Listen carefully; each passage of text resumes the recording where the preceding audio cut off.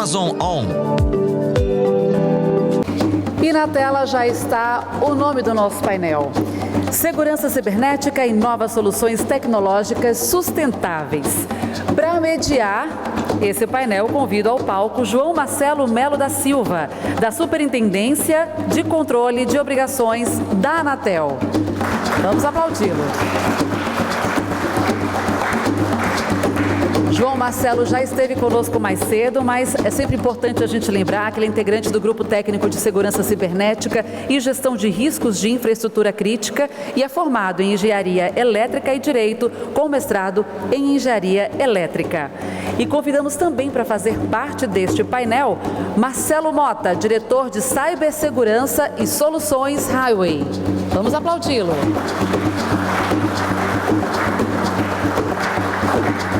Coronel Sérgio Ricardo Martins Rosa, do Departamento de Ciência e Tecnologia do Exército Brasileiro.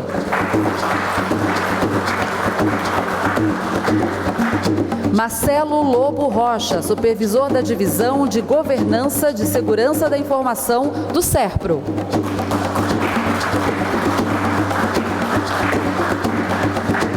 E Lilian Santos, gerente de Segurança da Informação e Qualidade da Prodan.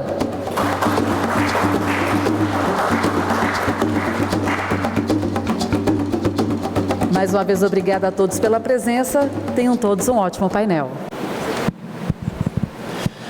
Boa tarde a todos novamente. É um grande prazer estar aqui de novo. Já é o meu segundo painel aqui do dia, novamente com um tema que eu acho que é extremamente interessante. Mais uma vez, obrigado, Moisés, pelo convite. Eu acho que os temas que a gente está discutindo são temas extremamente relevantes aqui. Esse eu também entendo que é um tema muito bacana, tem muita coisa para a gente tratar e agradeço aos meus colegas aqui de painel também. Tá? Segurança cibernética e sustentabilidade, né? Eu acho que ninguém tem assim dúvida hoje que nós estamos vivendo uma grande revolução digital, né? Assim, cada vez mais a gente novos serviços surgem, novas aplicações surgem, trazendo muito mais produtividade para a nossa vida com as inúmeras tecnologias digitais que temos, né? Então, hoje nós conseguimos fazer coisas de maneira muito mais rápida, de maneira muito mais eficiente do que a gente conseguia fazer há 1 ou 2 décadas atrás. Mas, ao mesmo tempo, acompanhado dessas novas facilidades, cria-se uma maior dependência. Então, muitas vezes a gente tem que fazer tudo acompanhado de várias soluções assim, lá de aplicativos digitais, etc. E muitas vezes trazem questões de risco também. Então, saiu até no início desse ano, foi um relatório que foi lá do Fórum Econômico Mundial, que o risco cibernético ele foi classificado, de acordo com o próprio relatório que eles fizeram, entre o quarto maior que as várias entidades fizeram. E o risco de mudanças climáticas foi o segundo maior. Então a gente vê que são temas que hoje em dia são entre os mais vistos, né? Mas qual que é essa relação entre eles, né? Um ponto que a gente pode pensar de maneira muito clara é o quê? Com as novas tecnologias a gente consegue fazer muito mais tipo de monitoramento ambiental, a gente consegue coletar muito mais informações. Só que essas informações têm que ser informações seguras, tem que ser informações que estão o tempo todo disponíveis. Elas não podem ter nenhum tipo de fraude, nenhum tipo de falha, para que as informações coletadas sejam de fato úteis. Então, para a gente garantir uma maior sustentabilidade, é muito necessário que essas informações, que esses sistemas que coletam esses dados, que eles sejam de fato seguros também, né? Então, esse é um ponto que mostra qual que é o link entre eles. E uma outra coisa também é que, nos vários relatórios ESG que tem que ser feitos, um dos capítulos específicos que tem que ser tratado é a parte de segurança cibernética também. Então, é um tema que está cada vez mais tomando assim, tomando corpo e que deve ser tratado com a devida importância, né? Não é algo novo, não é mais aquele negócio lá de segurança cibernética, coisa de filme, de guerras cibernéticas, não. Já é algo que é muito mais, né, assim, recente, que está na nossa vida, e nesse âmbito da gente conseguir proteger a natureza também ele está nesse mesmo âmbito. Então a ideia aqui hoje é também trazer várias pessoas de várias áreas diferentes também, para a gente conseguir discutir esse tema com esses vários pontos de vista, tá? Eu começo com o meu amigo Marcelo Mota aqui também, que ele é o diretor de cibersegurança e de privacidade lá na Huawei, no Brasil e na América Latina.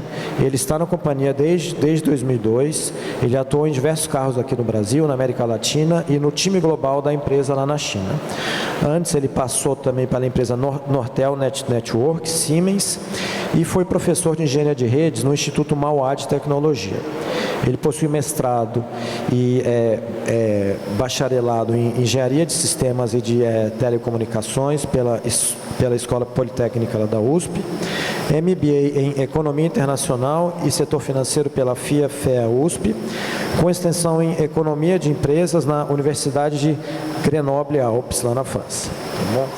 Então, Mota, como que a Huawei enxerga essa questão e essa relação entre a sustentabilidade e a segurança cibernética? Qual que é a principal relação existente entre sistemas que parece que, em uma primeira vista, parece não ter muita relação, mas que eu entendo, pelo menos, que são extremamente conectados?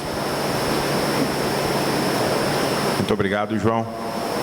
Boa tarde a todos. Prazer estar aqui contribuindo num debate tão importante como esse. E realmente é interessante que você colocou qual é esse link entre sustentabilidade e segurança cibernética. Eu acho que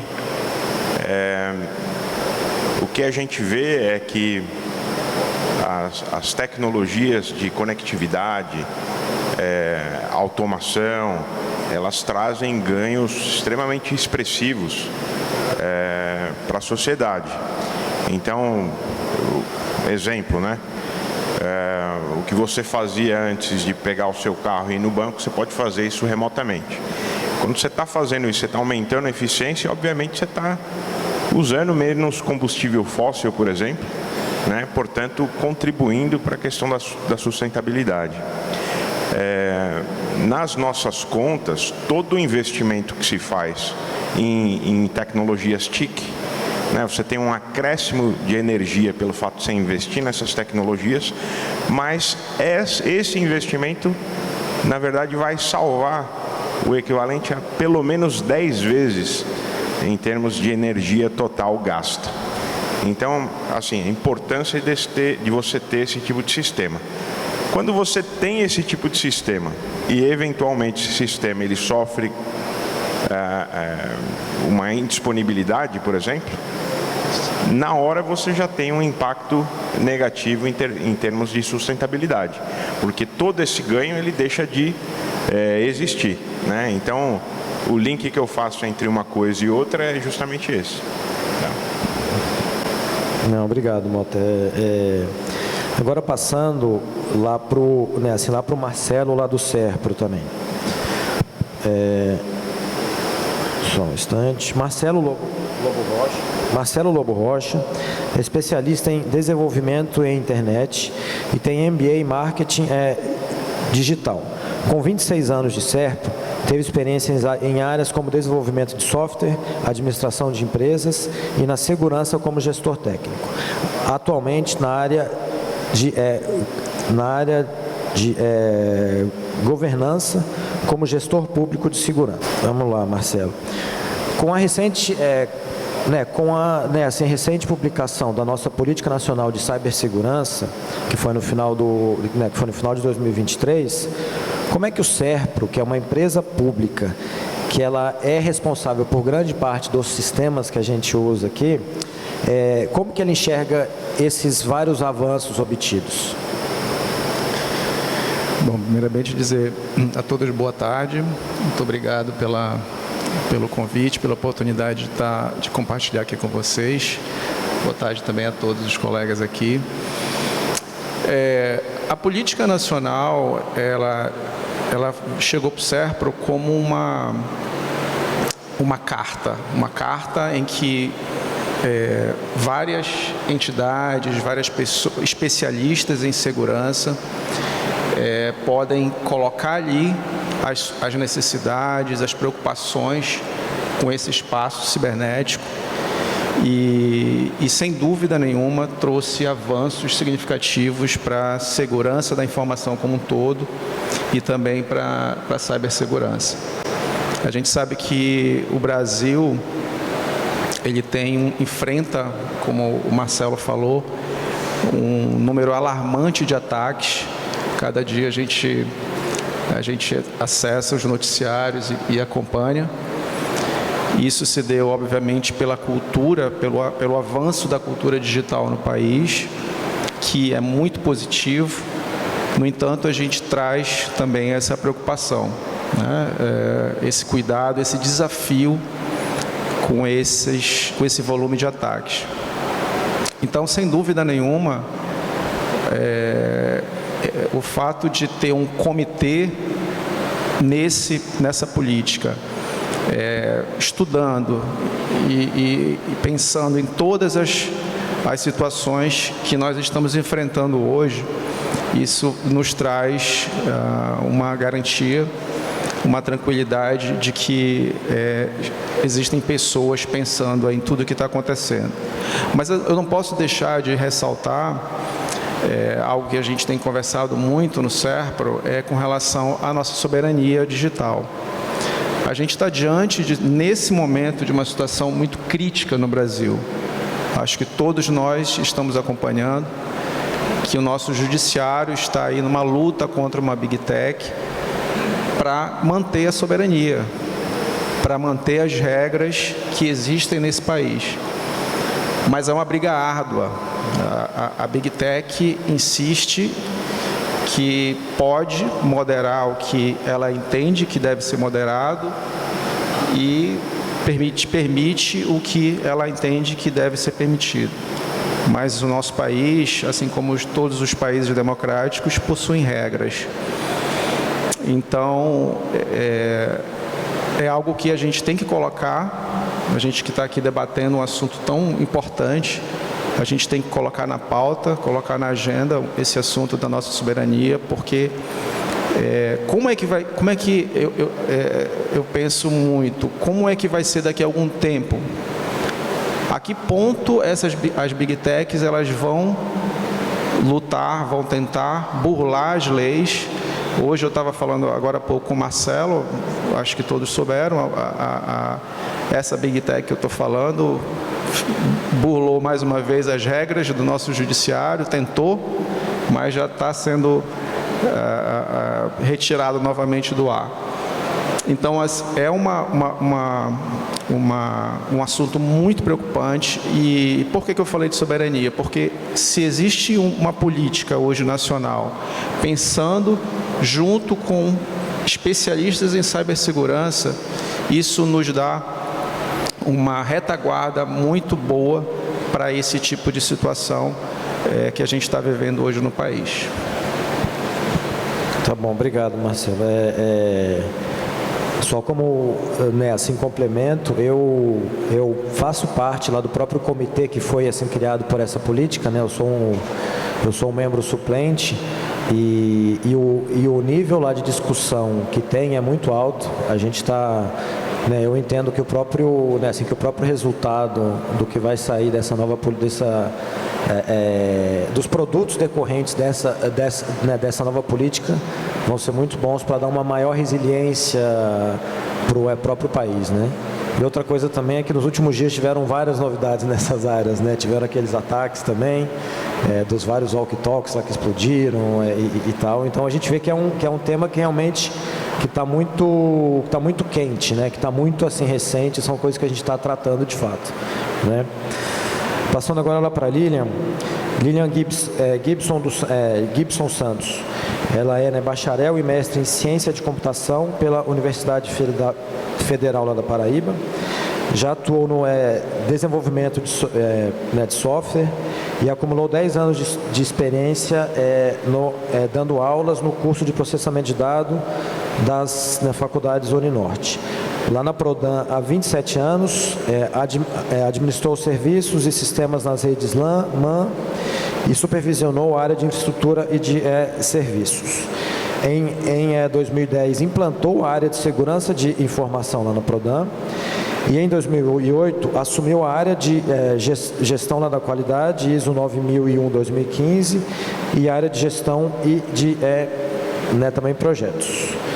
Ela é auditora líder da NBR ISO 9001 e NBR ISO 27001.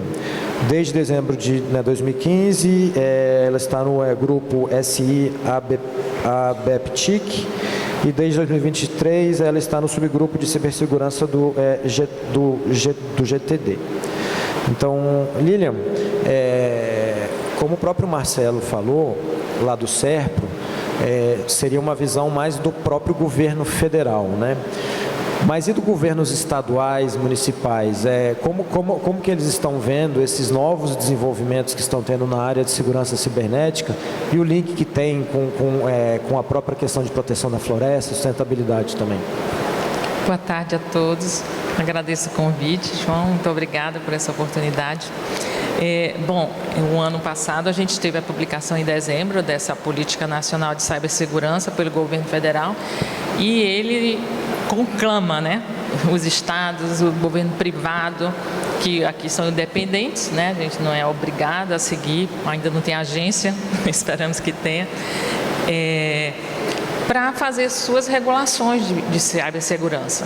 E num dos grupos que eu faço parte, do grupo de transformação digital de cibersegurança, a gente fez uma pesquisa esse ano, no início do ano, e descobriu, levantamos todos os estados, participação de todos os estados e secretarias, e apenas metade dos estados tinha algum tipo de política de segurança da informação.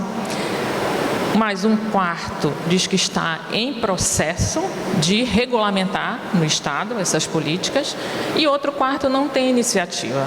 Então, a gente precisa, de fato, se unir como instituição, como Estado, para que isso ganhe força, porque sem o apoio do governo do Estado, sem o apoio estratégico, a gente não consegue avançar muito, ficam ações muito isoladas e que não conseguem engajar e ser efetivos a longo prazo, o que é muito preocupante. Então, a gente tem trabalhado nesses grupos, que a gente são dois, né? Um da Associação das Empresas de Processamento de Dados Públicas e Privadas, engloba todos os estados, em conjunto com o grupo criado no ano passado com o apoio do BID, Grupo de Transformação Digital dos Estados, que a gente também tem, e a gente tem trabalhado junto para fazer uma minuta dessa estratégia de cibersegurança. Esse ano, então, tivemos uma lei da transformação digital e, a partir daí, passamos a trabalhar em subgrupos para conseguir trabalhar nessa minuta e eu espero que esse ano a gente tenha, no estado do Amazonas, a nossa política, né, de cibersegurança para a região. Tá ótimo, obrigado, Lilian. Esse é um tema, de fato, que ainda que tem que ter uma maturidade maior aqui no Brasil, né? A gente teve avanços consideráveis aí nos últimos anos, mas é algo que tem que ter essa maturidade, tem assim toda a questão da própria conscientização lá da população, a conscientização dos próprios gestores privados e públicos também, são todos temas que a gente tem que tratar de fato, tá bom? Bom, passando agora lá para a visão, né, lá das Forças Armadas também, estou aqui com o nosso amigo Coronel Sérgio Ricardo Martins Rosa, que ele é coronel de comunicação, é o chefe do 4º centro do centro de telemática da área, sediado aqui em Manaus desde janeiro de 2024. Ele já desempenhou diversos cargos em várias organizações militares nas áreas de comando e controle, ensino e como oficial do Estado-Maior. Ele concluiu o estudo lá da Academia lá das Agulhas Negras em 2000, sendo declarado bacharel em Ciências Militares. Fez o curso de oficiais em 2009 e ele concluiu o curso de Comando Estado-Maior em 2018. Ele tem mestrado profissional em Operações Militares pela Escola de Aperfeiçoamento de Oficiais e pós-graduação em Ciências Militares pela Escola de Comando Estado-Maior do Exército. Bom, Coronel Sérgio, ainda sobre o tema de sustentabilidade, qual que é o tipo de iniciativa que o próprio Exército tem para, né, assim, de fato, promover este novo objetivo, né? Quais os mecanismos que ele usa, né? O que ele promove? Muito boa tarde a todos os senhores e as senhoras, né? Agradecer mais uma vez o senhor Moisés e a Anatel por estar promovendo esse evento. E no que diz respeito à parte de sustentabilidade, né, ontem o nosso general base já pôde conversar com a plateia, né, e demonstrar algumas atividades que nós promovemos, né. Temos iniciativas nos nossos pelotões especiais de fronteira no que diz respeito à utilização de células e usinas fotovoltaicas, né, para produzir energia limpa, e isso pode ser utilizado, agora trazendo para o tema da parte de cibersegurança, né, para a gente alimentar os nossos ambientes de hospedagem, né, no futuro, a partir do momento que essa tecnologia ela já estiver consagrada nas Forças Armadas, no Exército, propriamente dito, né, e utilizar isso para diminuir, né, o consumo de combustíveis fósseis na geração de energia e na utilização dos nossos data centers. Outra iniciativa que nós adotamos, né, é a virtualização das máquinas, né, dos sistemas que atendem a todas as nossas organizações militares e a centralização desses sistemas em determinados pontos, né, o que evita que várias organizações militares utilizem muita energia, né, para prover os seus próprios sistemas, e eles funcionam somente como usuário desses sistemas que ficam hospedados em pontos específicos, né, como é o caso aqui no Comando Militar da Amazônia. Então, basicamente, são essas as ações vocacionadas para o tema, né? Existem outras ações no que diz respeito à parte de tratamento de efluentes, purificação de água, né? Inovação, trabalho com a indústria e com a academia, buscando novas soluções de sustentabilidade, mas basicamente é isso que a gente trabalha. Ok, tá ótimo. Muito obrigado, Coronel. Agora, voltando aqui para o Mota, né? Muitas vezes os equipamentos de segurança cibernética, eles podem consumir muita energia, né? Porque requer muito processamento, né? Como é que a gente consegue minimizar isso? E quais as iniciativas que a gente consegue garantir que a cibersegurança dure mais ao longo lá da vida, né? E seja mais útil lá para os próprios usuários também. Então, João, questão de consumo energético dos produtos, né? Nós acreditamos que esse é um diferencial competitivo, portanto a gente aplica muitos recursos de pesquisa e desenvolvimento nessa área, tá? E isso está desde a concepção do produto e dos componentes que vão fazer parte desse produto, tá? Como é que normalmente se faz? A indústria, você vai fazer um desenho de um circuito, você vai adotar diversos chipsets disponíveis de mercado. Nós, há muitos anos, nós desenhamos os nossos próprios chipsets. Então, para uma determinada função, quando você utilizaria 2 ou 3 chipsets de mercado, a gente pode integrar isso num único chipset, e aí você tem o equipamento menor e com consumo de energia otimizado para aquele uso que você está planejando, né? Então, e hoje evoluímos, inclusive, com a Huawei HiSilicon, que em algum desses chipsets eles são produzidos pela própria Huawei, tá? Então, assim, tem todo esse investimento na arquitetura do produto e formas naturais, por exemplo, de dissipação de calor, etc., que diz respeito aos materiais que você vai usar na confecção do produto e na forma que você vai refrigerar, tá? Então, assim, tem um investimento grande dentro dessa área.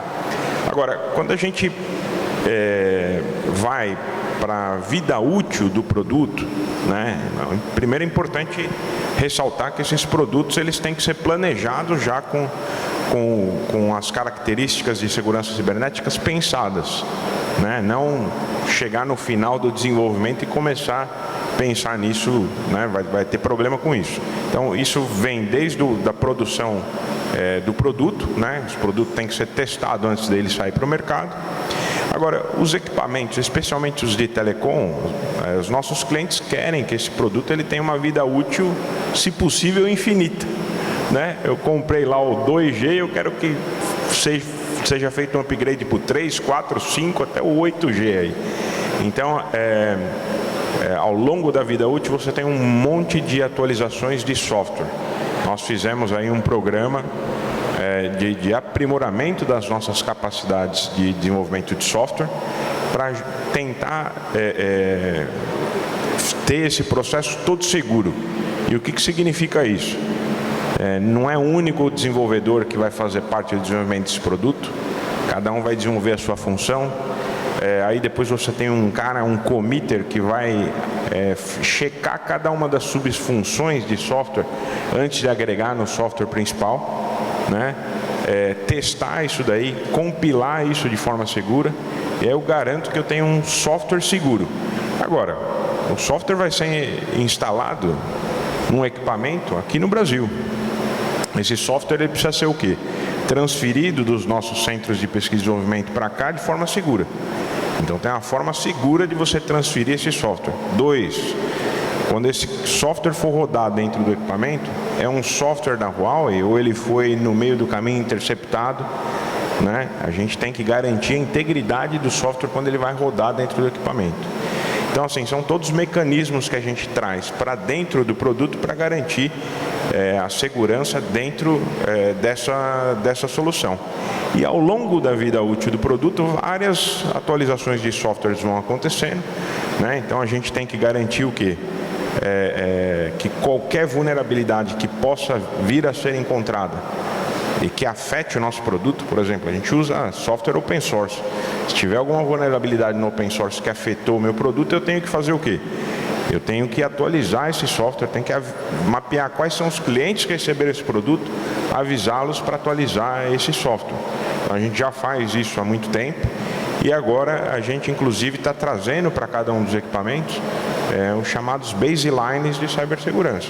Recebe o produto, olha, a gente sugere que você adote isso daqui. O cliente que tem, né, a responsabilidade de ver que mecanismos de segurança ele vai utilizar, mas a gente já tem um mapa de sugestão para poder oferecer.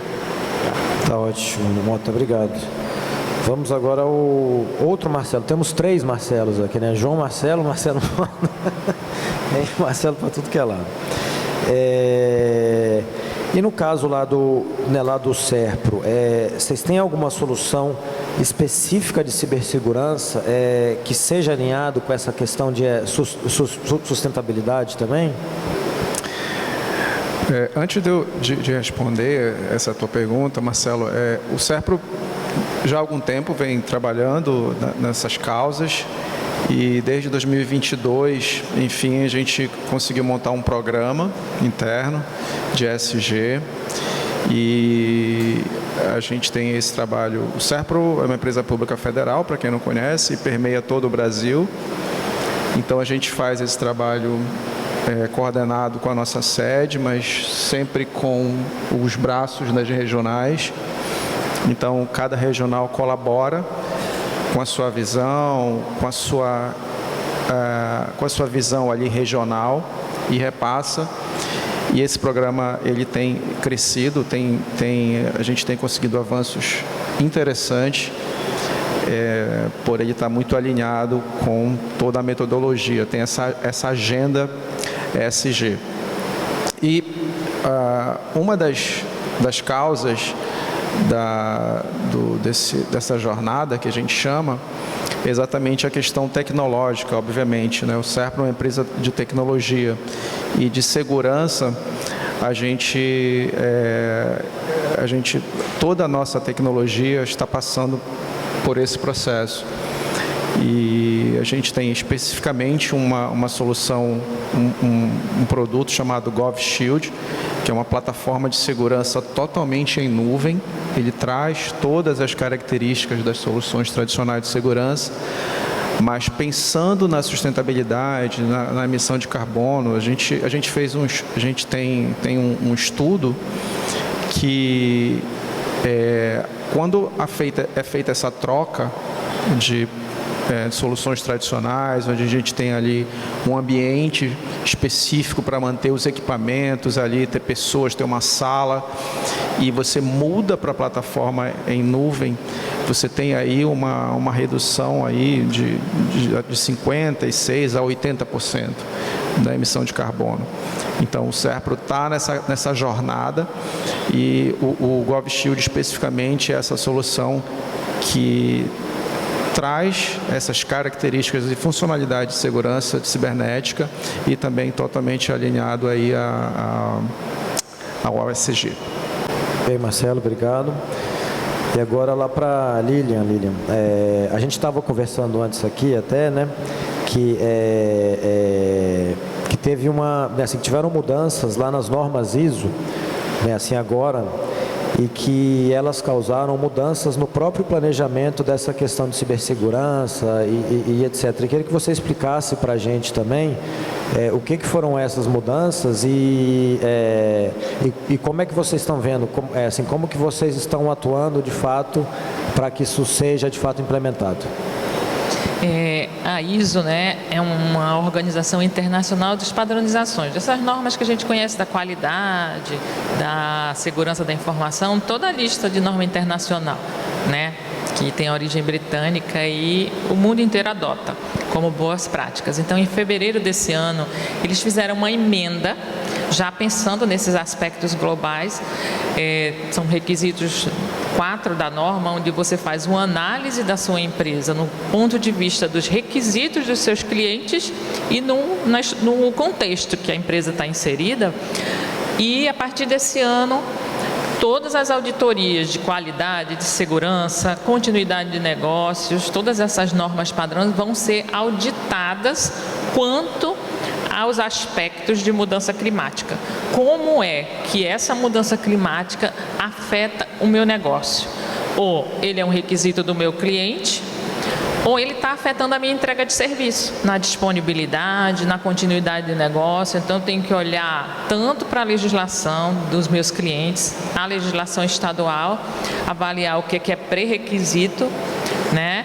O que a mudança climática impacta, requisitos ambientais, e trazer isso para o plano estratégico da empresa, para as ações internas da empresa, e revisando também a parte toda de continuidade de negócios, porque uma outra boa prática que tem sido muito necessária é você vai fazer aquisição de equipamentos. Eu já coloco ali que quando der o tempo útil daquele equipamento, o próprio fornecedor se responsabilize pelo descarte correto. Então, é todo um âmbito de continuidade de negócio, disponibilidade, e isso vai trazer, a partir dessas normas ISO, porque as 9001 a gente tem milhares de empresas certificadas. Então, a 9001 é mais fácil, né? Porque ela é requisito, por exemplo, de vários mercados de indústria. Então, todo esse ambiente vai vir trazendo essa força para essa parte da análise da sustentabilidade do ponto de vista ambiental, para que isso seja incorporado nas organizações.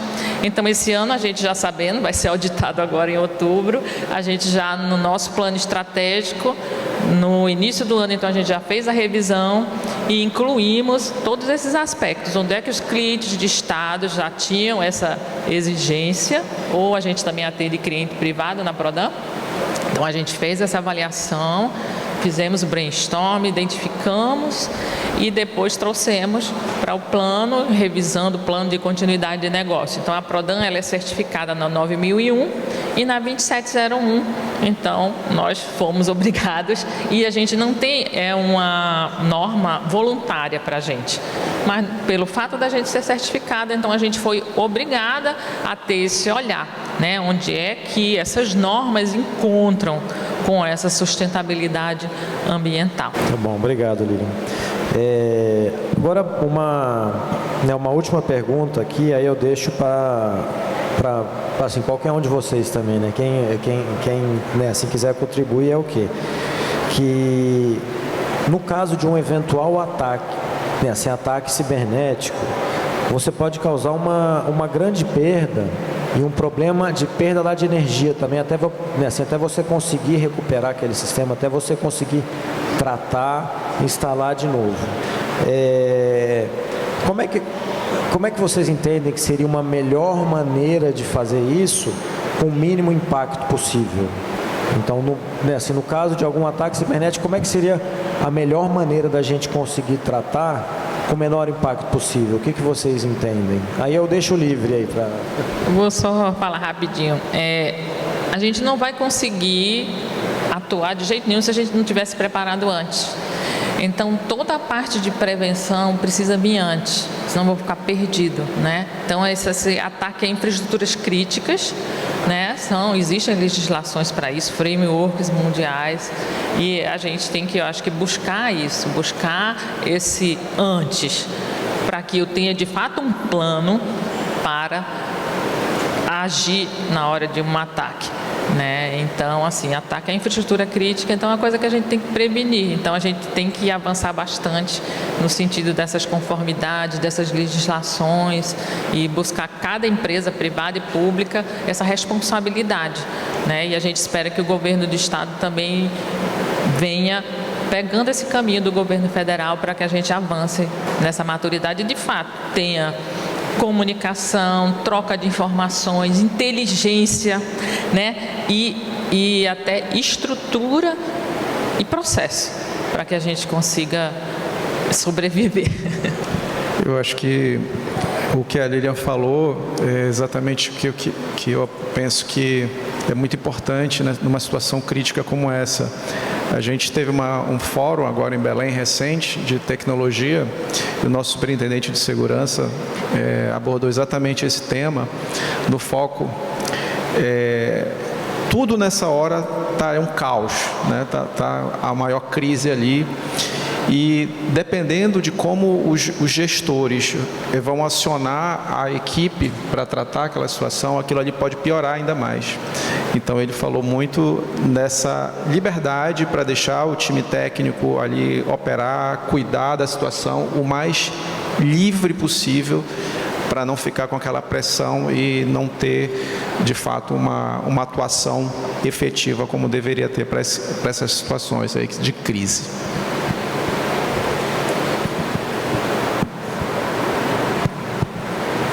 Bom, a pergunta realmente ela é muito boa, né?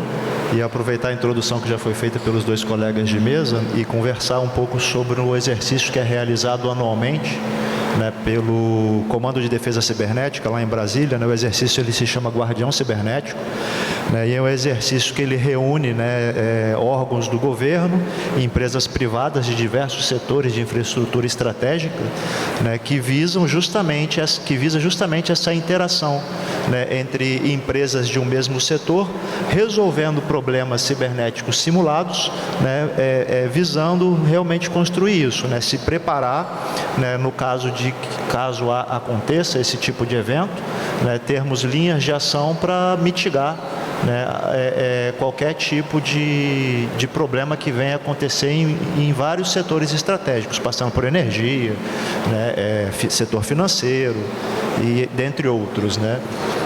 Os fóruns, tanto ontem quanto hoje, né, que nós estamos trabalhando aqui sobre o grande tema de conectividade e sustentabilidade, né, que são dois grandes objetivos a serem alcançados, né, e percebi também que todos aqui estão buscando pontes entre esses dois objetivos, né, e essas pontes, né, numa análise que eu também fiz, ela tem que estar bem alicerçada em pilares de segurança e de defesa cibernética, porque senão nós temos empresas de vários setores, e o setor ambiental ele é um deles, né, que trabalham com diversos sistemas que são é possível, né? São possíveis de ser atingidos por ataques cibernéticos, causando os mais diversos danos ao meio ambiente, né? Então, é importante, quando a gente pensa em conectividade, sustentabilidade, né, não deixar e não esquecer da parte de defesa cibernética, né, para a gente não correr nenhum tipo de risco que a gente não esteja preparado, né? Então, agradeço mais uma vez a pergunta, né,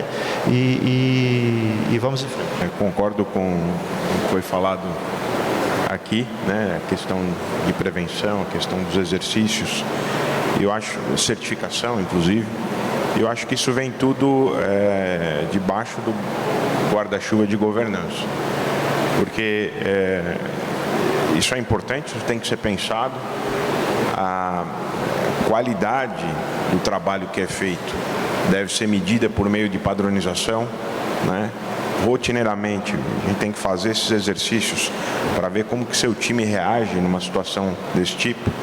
E aí, durante essa reação, eventualmente você vai verificar que existe um backup que não foi feito de forma adequada, né? Ou existe um time não preparado para pegar aquele backup que está feito e fazer o sistema voltar para o ar, né, numa situação de emergência. Então, acho que isso, até na análise de risco, porque assim, os riscos eles evoluem, novas ameaças vão surgindo, inteligência artificial, deepfake, etc. Então, a gente tem que ter rotineiramente observando essas novas ameaças e ver como que a gente vai conseguir fechar esses sistemas, né? Então, acho que é importante isso.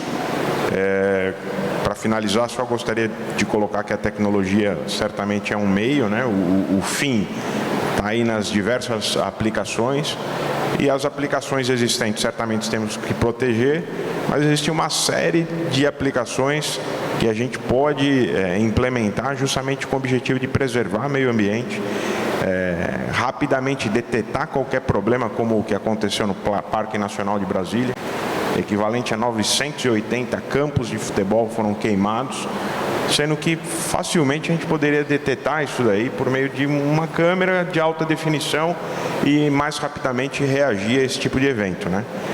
Monitoramento de água, né, como a represa Billings em São Paulo, com mais de 500 quilos de peixe mortos ali. Então, são problemas que estão acontecendo, e nesse caso não existe nem a prevenção, porque não foi feito um investimento inicial num sistema para poder monitorar isso, que é de importância relevante para a sociedade, né? E aí é que entra também, né, Mota, qual que é a importância da segurança cibernética também, porque e se esses dados são falhos, e se esses dados são de alguma forma, né, assim, modificados, entendeu? Então, isso aí é um outro ponto também, né, porque você usar esses vários sensores, esses vários, né, assim, monitores, você espera que as informações sejam todas verdadeiras, né? Mas pode ser que por alguma coisa sejam informações falsas e você tome soluções, né, e você tome medidas erradas, achando que está fazendo bem, né? Então, isso aí é que entra também. Mais uma vez, queria agradecer a presença de todos. Eu espero que esse debate tenha sido útil também. São dois temas novos e que estão muito, muito quentes. Né, assim, quente muitas vezes, quente mesmo, né, de estar quente, mas eu espero que tenha sido útil e que fiquem lições para que a gente consiga, aí né, assim, futuro próximo, a gente tratar esses temas com, né, assim, com maior carinho. Tá bom? Muito obrigado.